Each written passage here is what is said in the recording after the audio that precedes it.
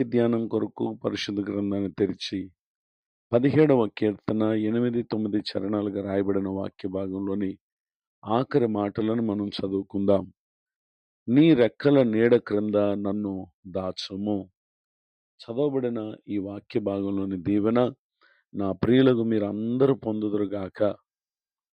ప్రతి విశ్వాసి తన జీవితంలో తాను ఎదుర్కొనే పలు సమస్యలను గూర్చి, బాధలను గూర్చి ఏ నీడనో ఆశ్రయించవలెనో పలు ప్రయత్నాలు చేసి కృంగిపోక, కీర్తనకారుడైనటువంటి దావీదు గారు ఏ విధముగా ప్రభువునకు మొరపెట్టి తన ప్రార్థనలో దేవునిని వేడుకుంటున్నారు.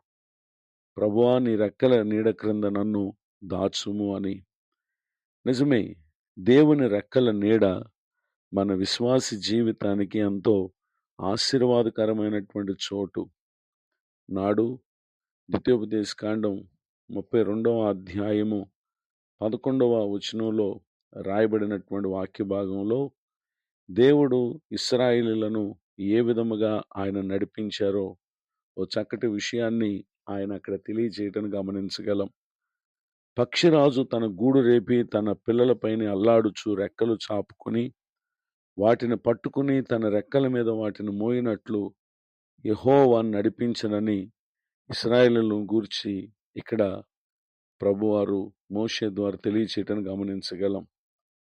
పక్షిరాజు తన రెక్కలు ఏ విధముగా చాపుకొని వాటిని పట్టుకుని తన రెక్కల మీద వాటిని మోస్తుందో, మన దేవుడు మనం అనుభవించే పరిస్థితులలో ఆయన తన రెక్కల నీడను మనకు నెమ్మదినిచ్చే దేవుడే కాక, తన రెక్కల మీద మనలను మోసేటటువంటి దేవుడుగా ఉన్నారు అనేటటువంటి విషయాన్ని దేవుని యొక్క వాక్యం మనకు తెలియచేస్తా ఉంది. ఎందరైతే ప్రభు రెక్కల నీడను ఆశ్రయిస్తారో 36వ కీర్తన 7వ చరణంలో రాయబడినటువంటి వాక్య భాగంలో, దేవా నీ కృప ఎంతో అమూల్యమైనది, నరులు నీ రెక్కల నీడను ఆశ్రయించి ఉన్నారని చెప్పి ఇక్కడ జ్ఞాపకం చేయటం మనం గమనించగలం.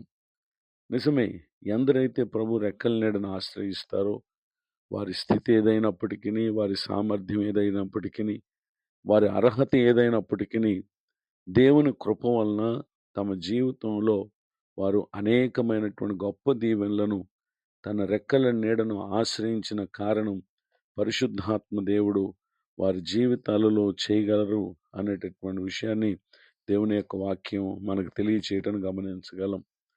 57వ కీర్తన 1వ చరణంలో కూడా ఇక్కడ భక్తుడు వేడుకున్నటువంటి మరొక విషయాన్ని మనం చూడగలం. సౌలు నొద్ద నుండి దావీదు పారిపోయినటువంటి సందర్భంలో, నన్ను కరుణింపుము దేవా, నన్ను కరుణింపుము, నేను నీ శరణుజొచ్చి ఉన్నాను, ఈ ఆపదలు తొలగిపో వరకు నీ రెక్కల నీడను శరణుజొచ్చి ఉన్నానని భక్తుడు ప్రభువుని వేడుకొనటం ఇక్కడ మనం గమనించగలం.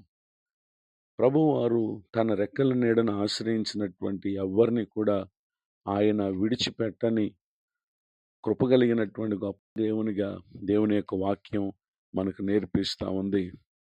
పరిశుద్ధ గ్రంథంలో రాయబడినటువంటి ఒక సంఘటన మనం పరిశీలన చేసినట్లయితే, ఆదికాండం 6వ అధ్యాయము 8వ వచనంలో నోవాహు యెహోవా దృష్టి యందు కృప పొందిన వ్యక్తిగా ఉండటం గమనించగలం. కారణం ఏంటంటే, లోకంలో ఉన్నటువంటి అనేక మంది తమ తమ అవిధేయతలను బట్టి లోకపు రెక్కల నీడను వారు ఆశ్రయించి తమ జీవితాలను అపవిత్రపరుచుకుంటుండగా, నోవాహు ప్రభు రెక్కల నీడను ఆశ్రయించిన వ్యక్తి అయి దేవుని కృపను పొందిన భక్తునిగా మనం గమనించగలం.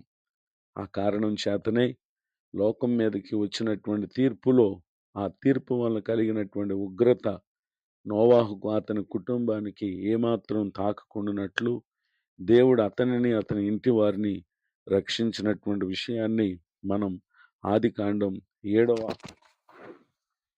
అధ్యాయంలో రాయబడినటువంటి వాక్య భాగమందు మనం చూడగలం. ఈ మాటలు వింటున్నటువంటి నా ప్రియ సహోదరి సహోదరులు, ప్రభు రెక్కల నీడను ఆశ్రయించండి, ఈ గొప్ప దీవెనలకు మీరును పాత్రులు కాగలరని తెలియచేయటానికి సంతోషిస్తూ ఈ మాటలు ముగిస్తున్నాను. ప్రార్థన. కృపగలిగిన మా తండ్రి, మీకు వందనాలు, స్తుతులు, స్తోత్రాలయ్యా. నీ రెక్కల నీడను ఎందరైతే ఆశ్రయిస్తారో వారికి మీరు చేసే అనేక మేలులను గూర్చి మిమ్మల్ని స్తుతించుచున్నాం. నేడు మా ప్రియులు వేటిని ఆశ్రయించి మోసపోయిన వారిగా పలు సమస్యలను బట్టి కృంగిన స్థితిలో ఉన్నారో, ఈ దినం వారున్న స్థితిని మార్చుకుని మీ యొద్దకు వచ్చి నిన్ను ఆశ్రయించి నీవిచ్చే మేలులు వారు పొందుదురుగాక. మీ పరిచయలో ప్రయాసపడుతున్న దైవజనులను వారి కుటుంబాన్ని దీవించండి. అనాథలైన బిడ్డలను విధవరాండ్రను జ్ఞాపకం చేసుకునండి. మరి ఒక నూతన సంవత్సర దయాకిరీటాన్ని ఈరోజు పొందిన మా ప్రియులను మీరు ఆశీర్వదించండి. యేసు క్రీస్తు నామమున ప్రార్థిస్తున్నాను తండ్రి, ఆమేన్. తండ్రి, కుమార, పరిశుద్ధాత్మ దేవుడు తోడ నడిపించునుగాక, ఆమేన్. నేడు